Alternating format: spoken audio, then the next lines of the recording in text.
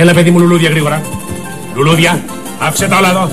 Πόσο κάνουνε? 30.000. Πάρ' όλα πίσω. Γεια, ευχαριστώ πολύ. Βλέπω χρόνια περάσαν, αλλά οι φωνές καμπάνες. Να βγούμε να διασκεδάσετε. Εγώ δεν έχω αντίρρηση. Εγώ πια είμαι ένα τραμ. Σπίτι, γραφείο μπουζούκια. Σπίτι, απ' έξω θα περάσω. Αγαπητέ μου Ιάσον, εγώ έχω μία φιλοσοφία. Οι ζωντανοί με τους ζωντανούς και οι πεθαμένοι με τους πεθαμένους. Εγώ δεν επεμβαίνω στην προσωπική ζωή του άλλου. Αλλά τέλος πάντων έχουμε και λίγη σοβαρότητα. Τι έχει μαζί σας? Περίμενε και θα μάθεις. Εντάξει, μπορεί να είσαι ένας άπος μεγάλος, είσαι ρημάδης, είσαι μαγκούφης. Μπορεί η πίεσή σου να έχει φτάσει στα ύψη, το ζάχαρο πια δεν στο μετράνε, η χολυστερίνη άστα να πας στο διάλο. Κάμια μέρα θα σε βρούνε τέζα στο δωμάτιό σου.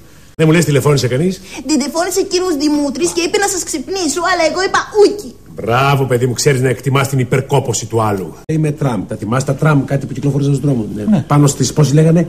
Ράγες. Τις ράγες, ναι, εγώ δεν την πρόλαβα, γιατί είμαι πάρα πολύ μικρότερος σας. Ποιος είσαι, ρε? Ποιος είσαι? Ο Ζάχος ο Δόγκανος είσαι? Καλά δεν τα λέω, Ελένη μου? Τι λες τώρα?